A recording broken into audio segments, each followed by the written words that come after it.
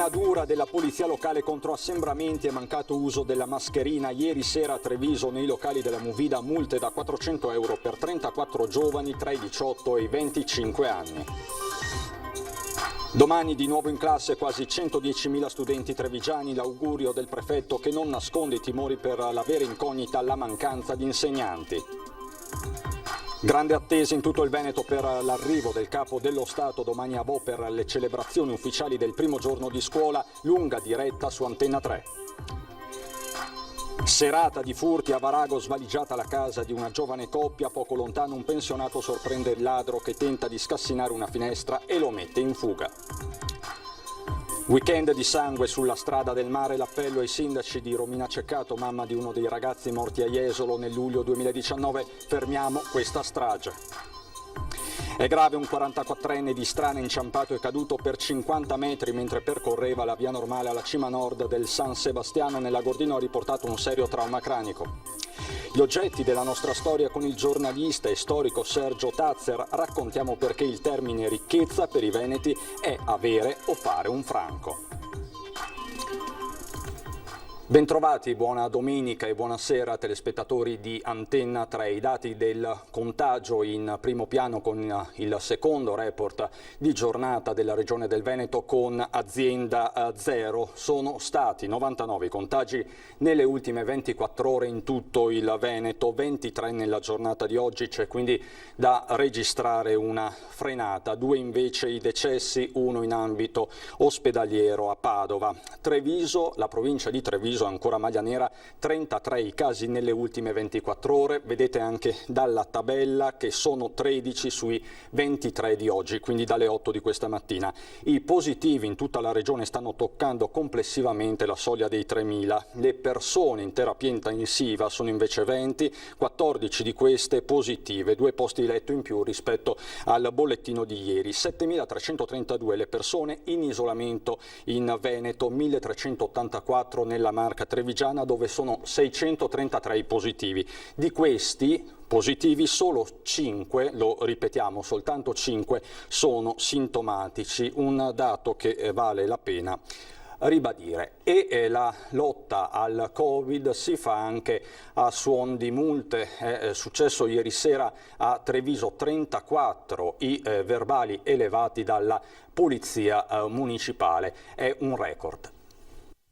Abbiamo trovato assembramenti di giovani che stavano bevendo senza rispettare, ripeto, la minima distanza prevista del metro, senza l'utilizzo delle mascherine e quindi di fronte a palesi violazioni, come avevamo già annunciato nelle scorse settimane, di fronte a, ripeto, manifeste violazioni non si può che sanzionare. Una vera e propria dichiarazione di guerra alla movida selvaggia ai tempi del Covid, quella della polizia locale di Treviso. In un sabato sera ancora estivo di metà settembre sono state 34 le multe staccate con destinatari giovani tra i 18 e i 25 anni provenienti per buona parte da fuori città, verbali da 400 euro ciascuno, 2 le tipologie di trasgressione evidenziate dai vigili del comando di via Castello d'Amore. Il mancato rispetto innanzitutto dell'ordinanza del 17 agosto che prevede dalle 18 alle 6 del mattino l'utilizzo della mascherina qualora ci si trovi in vie e piazze dove ci possono essere assembramenti e naturalmente anche il distanziamento del metro. Il verbale più pesante verso mezzanotte, quando un gruppo di 16 ragazzi è stato trovato a consumare pizza al taglio su alcuni tavoli di un bar già chiuso di via del municipio senza rispettare la distanza minima di 1 metro. Solo all'arrivo degli agenti in uniforme alcuni hanno cercato in tutta fretta di indossare la mascherina,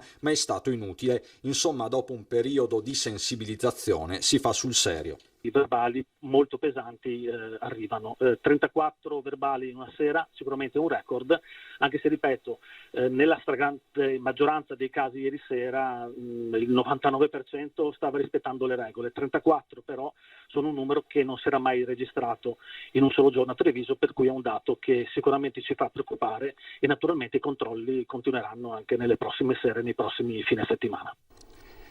Vigilia di attesa, aspettative ma anche preoccupazioni per il rientro in classe che solo nella Marca coinvolgerà 110.000 studenti. Il prefetto Laganà rivolge un augurio a famiglie e personale scolastico e manifesta anche una preoccupazione per quella che è la vera incognita, ovvero la mancanza di insegnanti.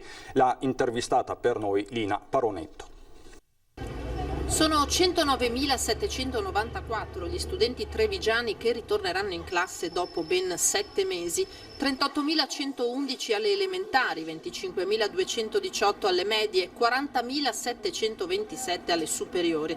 Istituti pronti ad accoglierli dal punto di vista logistico, sistema dei trasporti alla prova del fuoco, ma là dove l'ingranaggio rischia seriamente di incepparsi è sulla presenza degli insegnanti. C'è l'incognita legata ovviamente al personale docente e anche non, perché non sono state ancora completate le graduatorie o comunque ci sono ancora, probabilmente mancheranno appunto insegnanti, anche personale amministrativo e anche bidelli. Questo è un grosso vulnus, è un problema che deriva anche dal fatto che purtroppo su questi aspetti già in passato comunque le scuole partivano con questo deficit. Oltre 1.000 i docenti mancanti e sebbene il Ministero abbia autorizzato l'aumento degli organici per le nuove necessità legate al Covid, bisognerà fare i conti con quanti chiederanno di essere esentati per motivi di salute e quanti risponderanno no alla chiamata in Veneto per timore magari dell'alto numero di contagi.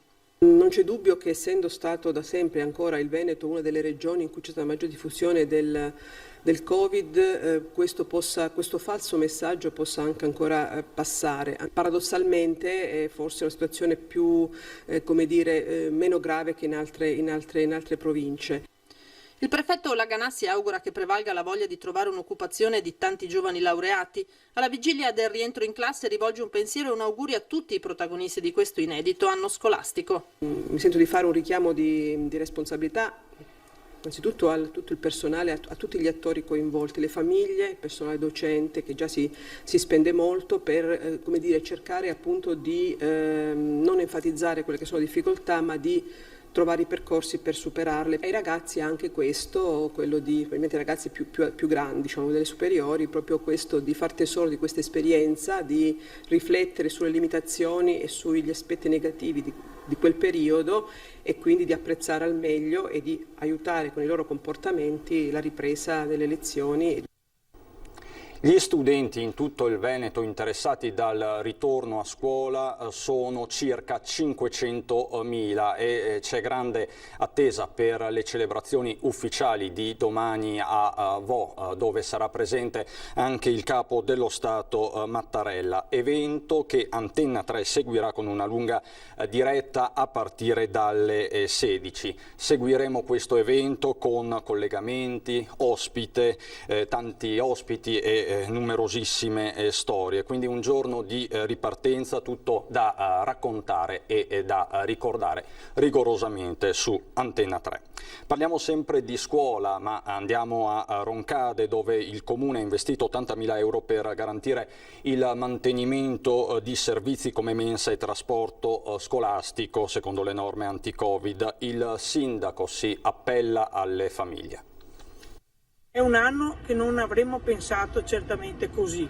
Ci siamo preparati per tempo, nonostante i ritardi nelle linee guida con tutti i suggerimenti e le prescrizioni da seguire, e alcune linee guida ci mancano ancora in effetti, siamo pronti per partire. Il sindaco di Roncade, Pieranna Zottarelli, è fiduciosa in vista della ripresa dopo 7 mesi della scuola. Il Comune ha investito 80.000 euro, spiega, per garantire un rientro in sicurezza e mantenere servizi essenziali come mensa e trasporto scolastico. I nuovi costi sono stati per la stragrande maggioranza assorbiti dalle finanze del Comune e quindi le famiglie non avranno né da rinunciare al servizio né da avere modifiche negli orari che la scuola ha pensato e che i nostri ragazzi e le famiglie stesse conoscono da anni. Si parte e l'appello a studenti, genitori, insegnanti e personale è quello di seguire le regole e in caso far presente quello che non va. Saranno fondamentali questi primi giorni di scuola per effettuare le necessarie modifiche, le necessarie tarature e quindi fondamentali anche le segnalazioni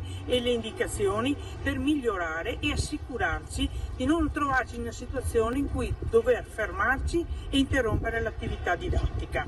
Noi non vogliamo nuove chiusure. Se tutti faranno la propria parte, bambini e ragazzi potranno riappropriarsi della loro quotidianità. Il sindaco ci crede e lo riassume così. Ottimisti sì, positivi no. Un in bocca al lupo a tutti quanti. Sono gravi le condizioni di un uomo di 44 anni di Istrana, inciampato e caduto per una cinquantina di metri mentre percorreva la via normale alla cima nord del San Sebastiano. Siamo nella Gordino in provincia di Belluno. L'uomo, che si trovava con altre persone, l'equipe medica dell'elicottero del SUEM di Pieve di Cadore, sbarcata nelle vicinanze, ha subito prestato le prime cure urgenti a seguito del probabile trauma cranico riportato, per poi imbarcarlo e volare all'ospedale di Treviso. È successo questa mattina, le sue condizioni sono ancora gravi. Paura questa mattina a Montebelluna, in via Sant'Antonio, per un grave incendio che in pochi minuti ha avvolto il piano terra dell'abitazione di un pensionato di 64 anni. Il rogo è divampato in cucina all'alba verso le 5:30 a causa di un cortocircuito che ha interessato la presa del frigorifero. Le fiamme hanno in poco tempo interessato diverse stanze dell'immobile. Un denso fumo nero ha in breve avvolto tutta l'area circostante, tanto che i vigili del fuoco sono dovuti intervenire indossando le maschere antigas. Fortunatamente non ci sono stati feriti. Ieri vi avevamo raccontato dei tentativi di furto a Monastero. Oggi tocca a Varago di Maserada, una casa svaligiata e un tentativo di scasso nell'abitazione di un anziano che ha messo però in fuga il ladro. Ho aperto il balcone e mica un bastone adesso, però resta anche qualcuno, un po' la moglie che sta fermo.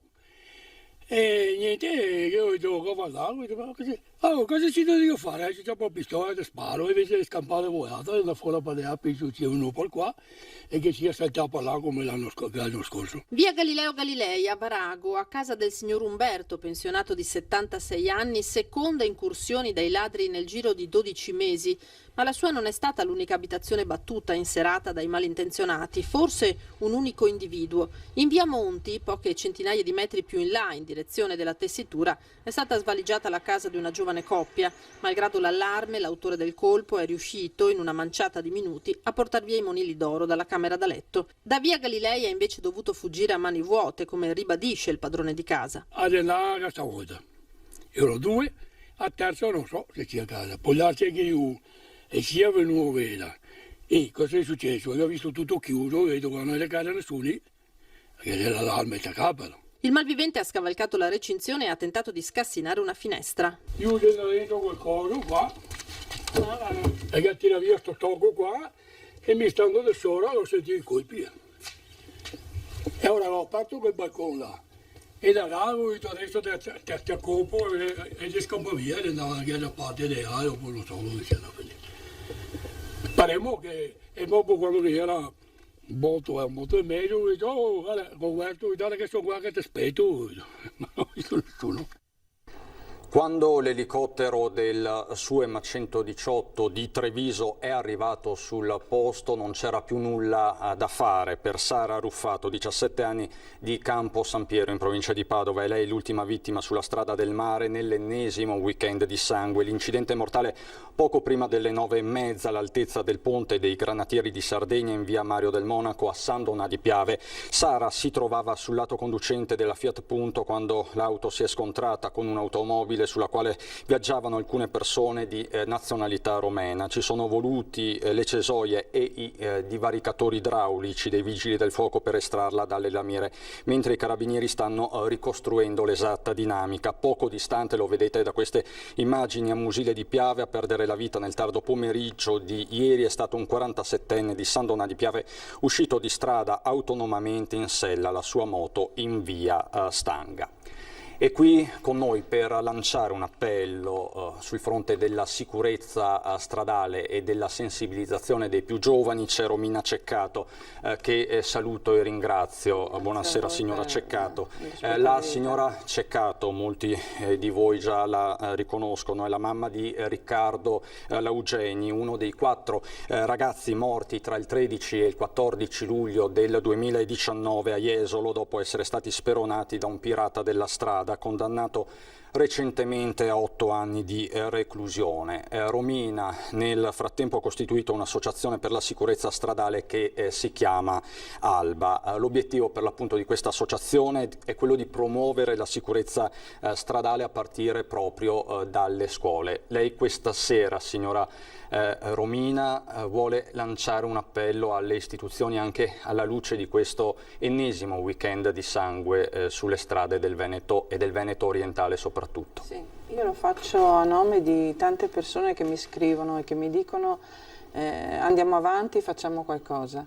Ecco, l'unica cosa che io posso e chiedo, uniamo le nostre forze, quindi chiedo anche alle amministrazioni comunali, anche ai sindaci e tutti quanti, veramente entriamo nelle scuole, parliamo con i giovani.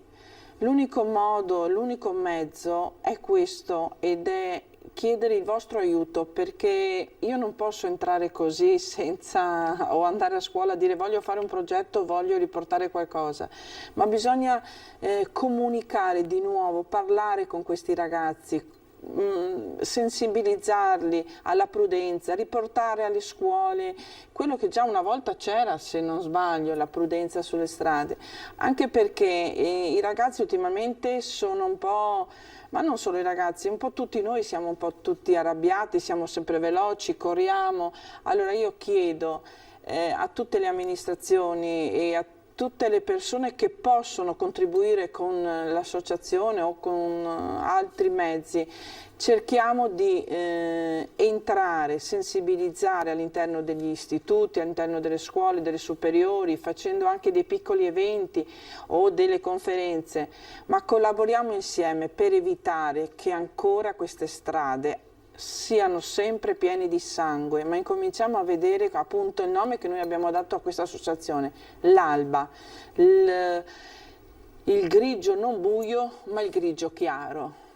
E lei, signora Romina, è anche pronta a mobilitarsi, è pronta anche una mobilitazione, una manifestazione a Roma, mi diceva. C'è stata una richiesta, adesso noi la stiamo valutando, la stiamo prendendo in considerazione, c'è stata anche una richiesta di fare delle raccolte anche firme, ma io voglio principalmente collaborare con tutte le amministrazioni comunali, anche qui sono stata a Treviso, abbiamo parlato con tutti i sindaci e abbiamo messo anche in campo di fare qualcosa, quindi io dico non guardiamo se è da una parte o dall'altra, ma uniamo le forze, perché nella strada ci siamo tutti e non possiamo, e ricordiamo una cosa sola, non possiamo mai dimenticare una parola, mai, perché non si sa mai cosa ci può capitare.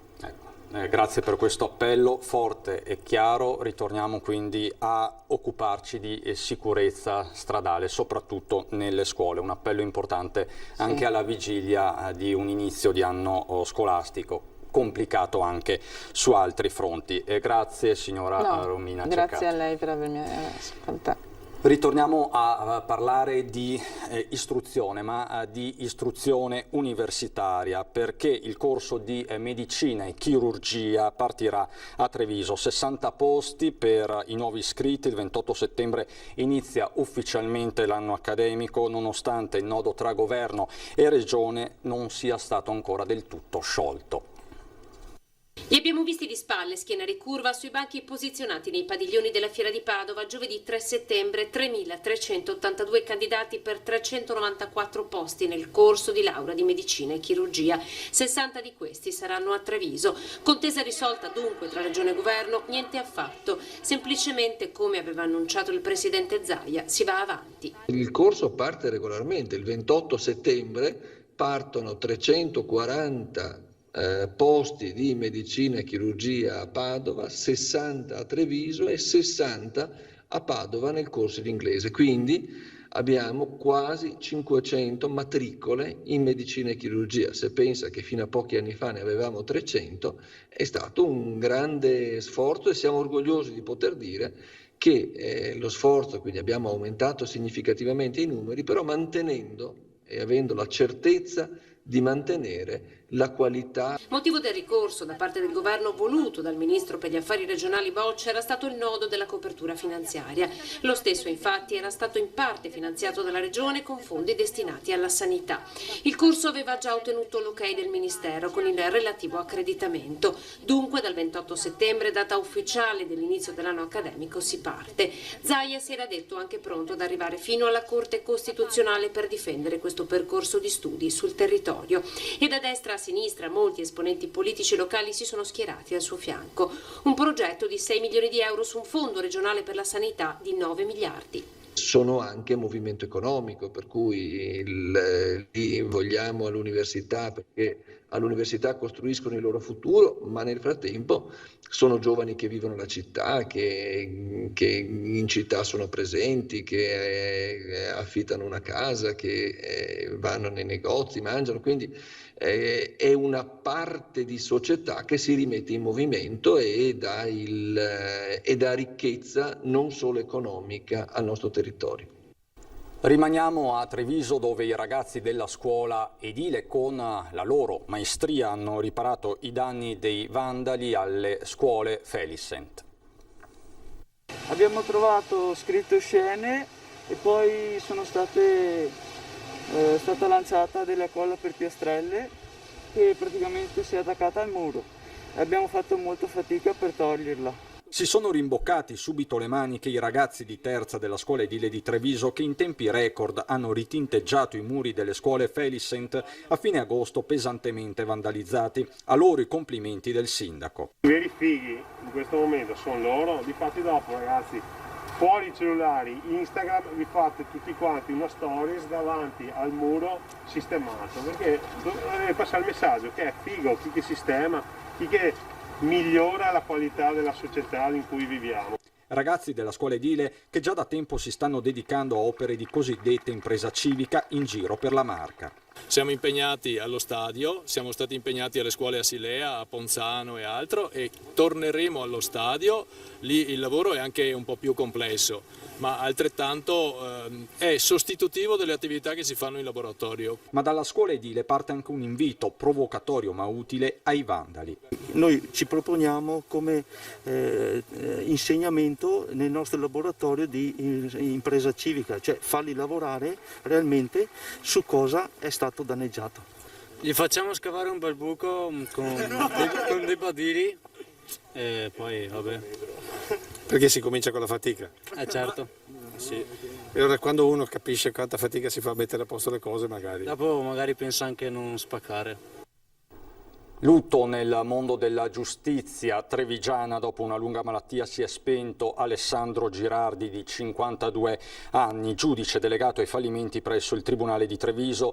Originario di Castelfranco Veneto, Girardi nell'autunno del 2015 aveva scoperto di essere affetto da una grave malattia che non gli ha lasciato scampo. Una vita, quella di Alessandro Girardi, segnata anche dall'improvvisa scomparsa della moglie nel 2013, Roberta Marcon, nefrologa dell'ULSS 8, da cui prende il nome l'associazione in suo ricordo, la Roberta Marcon Donare un Dono, di cui Girardi era fondatore e anche presidente. Adesso per noi c'è qualche istante di pubblicità. A dopo.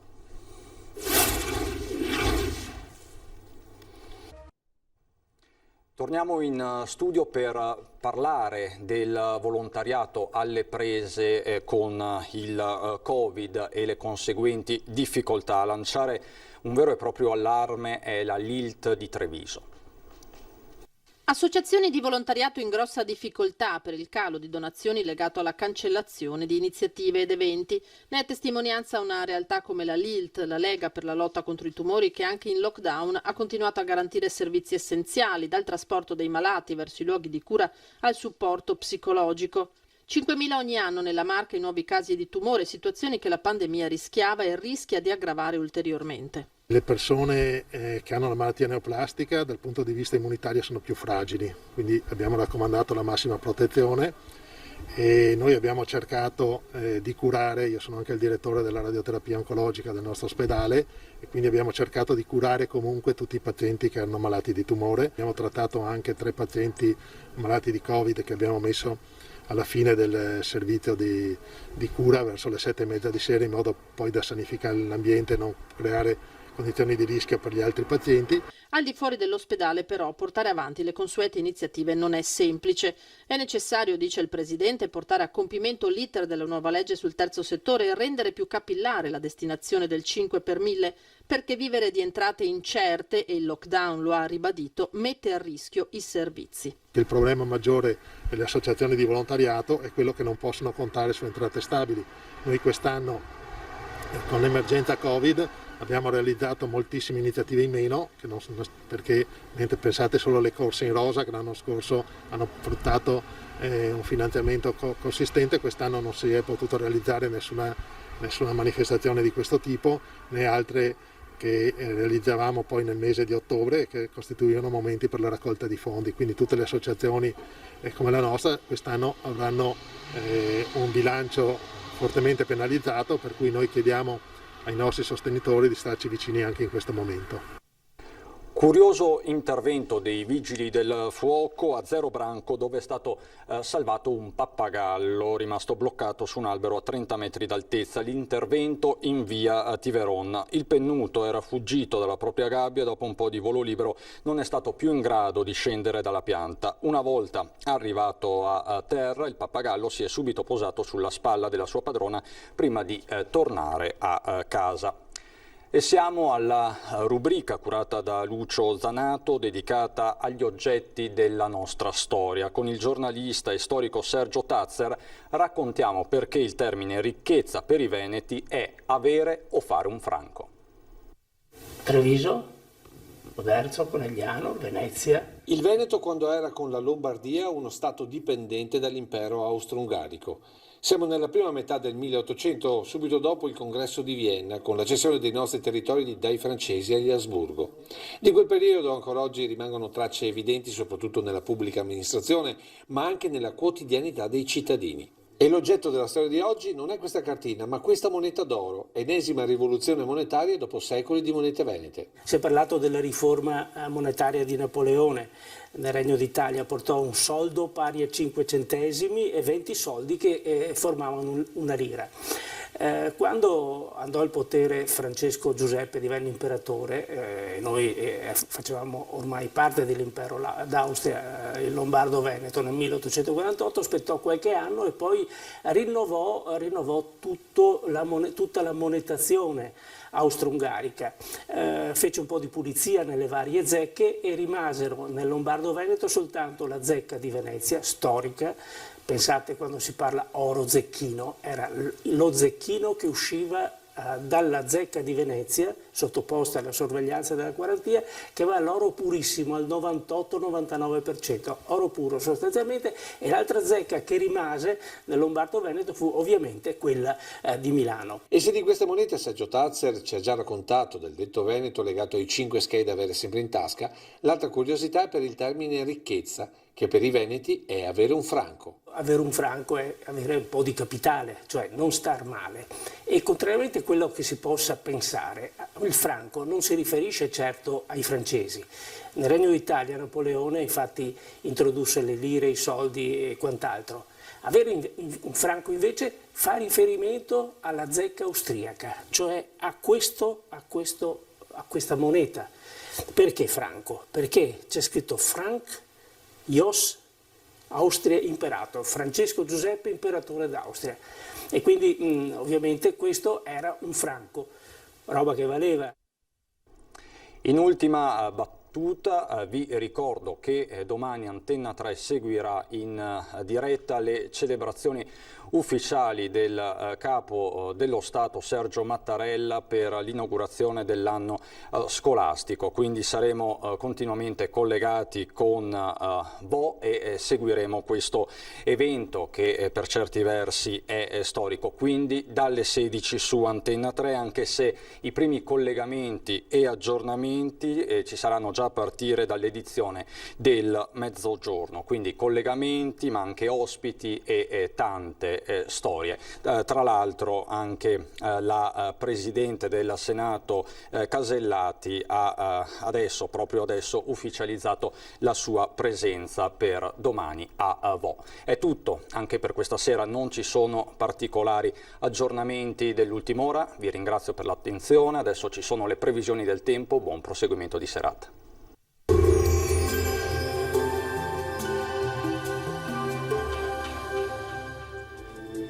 Benvenuti al Meteo. Lunedì 14 settembre ci attende una giornata in compagnia ancora del bel tempo. L'estate dunque per ora resiste. Nel dettaglio sul Veneto condizioni asciutte e stabili. Sarà soleggiato su tutti i settori della nostra regione e il cielo sarà sereno e sgombro da nubi. Non sono previste precipitazioni particolarmente degne di nota. Temperature stazionarie e clima decisamente gradevole, minime tra 15 e 21 gradi. Per quanto riguarda invece le massime, la colonnina di Mercurio arriverà a segnare i 31 gradi. Ci spostiamo ora sul Friuli Venezia Giulia, anche qui bel tempo con sole ben presente su tutte le province della regione. Non sono attese piogge, anche qui degne di nota. Temperature minime fino a 22 gradi, massime fino a 30 gradi. Ci spostiamo infine sul Trentino Alto Adige, dove non cambia la situazione, tanto sole ovunque, locali addensamenti ma senza conseguenze. Temperature minime sui 14-15 gradi, massime fino a 29 all'incirca. Dal Meteo di Antena 3 per ora è tutto, arrivederci al prossimo aggiornamento.